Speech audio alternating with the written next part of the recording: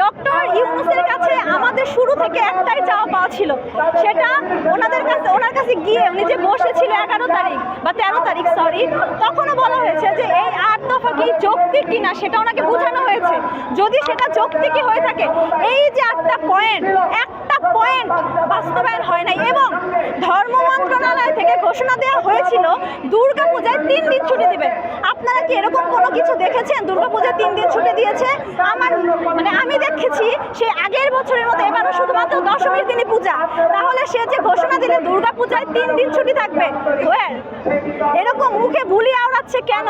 যদি সেটা সত্যি বাস্তবায়ন করতে হয় আপনারা করে দেখান। ওনাদের কাছে বর্তমানে যে অন্তর্বর্তীকালীন সরকার, তাদের যে অবস্থান আমরা তার প্রশংসা জানাই। কেন? বাংলাদেশ যাতে বিশ্বের বুকে একটা বৈষম্যবিহীন দেশ হিসেবে আগাইতে পারে, সেজন্য আমরা নিজেরাও কাজ করতে চাই। আমরা চাই না কোনো ইস্যু করতে।